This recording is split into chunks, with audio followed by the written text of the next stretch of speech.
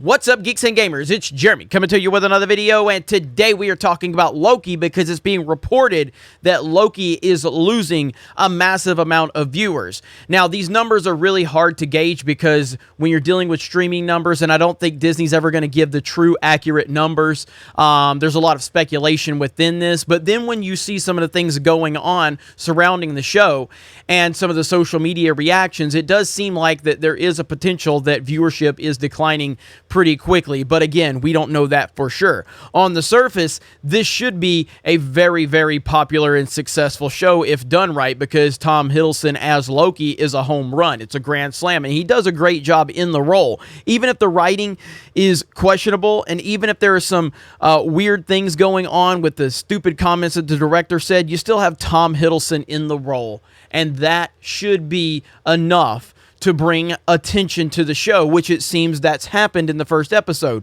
Record numbers, people tuned in a huge way. Loki becomes the most popular show faster than any other Marvel series. Loki is rising through the ranks of the MCUs like WandaVision and Falcon and the Winter Soldier to become Disney Plus' most popular Marvel show.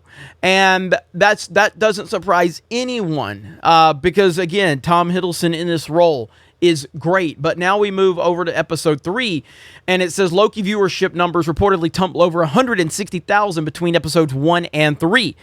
Now, did that happen? I don't know. Now, this doesn't take into account this because this happened after episode 3 premiered, but this was the director pushing full identity politics, and this is going to turn off a substantial amount of the audience because they don't care about your virtue signaling. They don't care about you trying to push your personal journey into this fictional character that everyone has come to know and love over the course of the MCU. And now suddenly you've got this Kate Herron woman, the director of Loki, now trying to push her own personal politics into the role. Absolutely ridiculous. I did see this from Games Radar, where it says Loki episode 3, Tom Hiddleston's playing second fiddle on his own show. Well, that's what we've seen time and time and time again.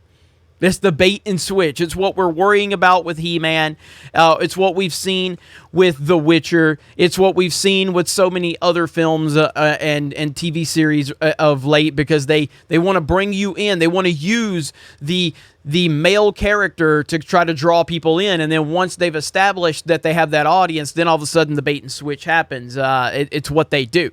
And then when the audience rejects it, then they just blame the audience for being toxic white males and intimidated by women. You know, the same song and dance that they always go through.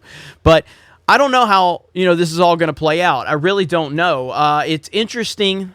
I mean, these are still good numbers. Even with losing 160,000, you still got good numbers. Marvel Studios' most recent Disney Plus series, Loki, is seeing fans abandon the show in large numbers, with data company Samba TV reporting viewership has declined by over 100,000 viewers between the first and third episodes.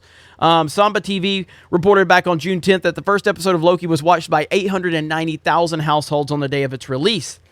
They noted even though it premiered on Wednesday, it brought in a higher premiere day viewership than the first episode of Falcon and the Winter Soldier and WandaVision. And there you see it right there. And again, that surprises no one because Tom Hiddleston as Loki should pull the numbers. Then we get, in fact, later that day, they shared a comparison of premiere day viewership between the three shows.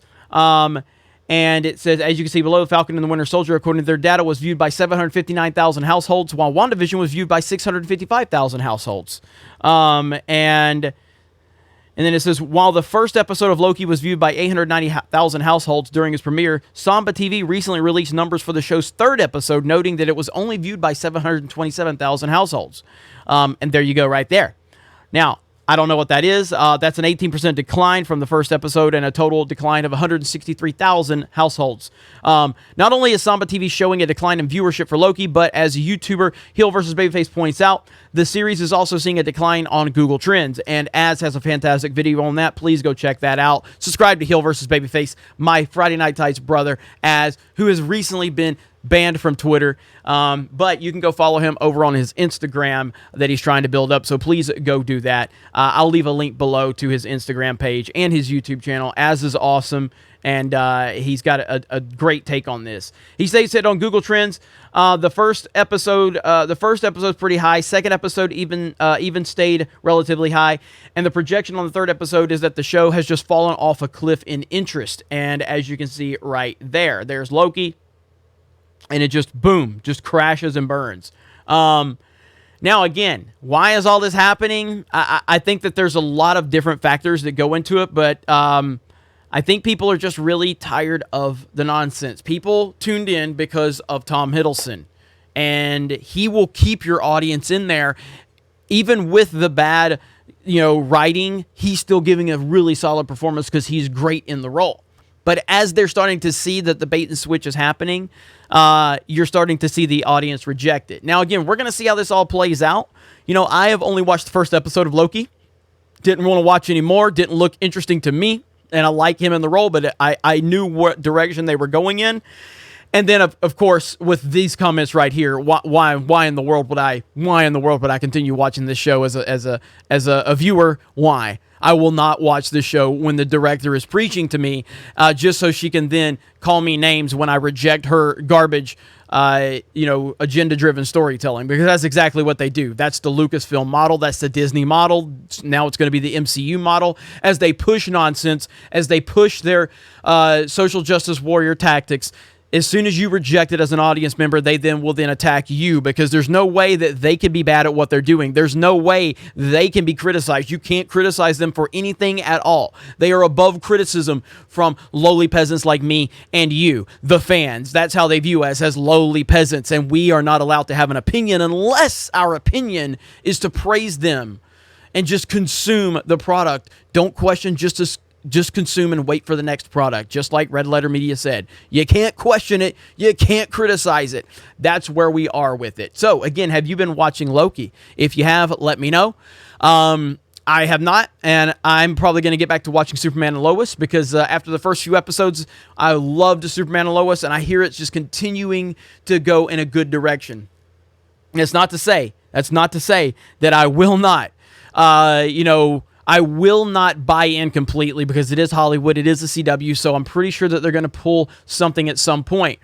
But as of right now, from everything I'm hearing, Superman and Lois is fantastic. Those first 2 episodes were fantastic. So if you have not watched Superman and Lois, I highly suggest you do that, because it is a great series, at least those first few episodes, and everyone is saying that it stayed the course right now. So we'll see.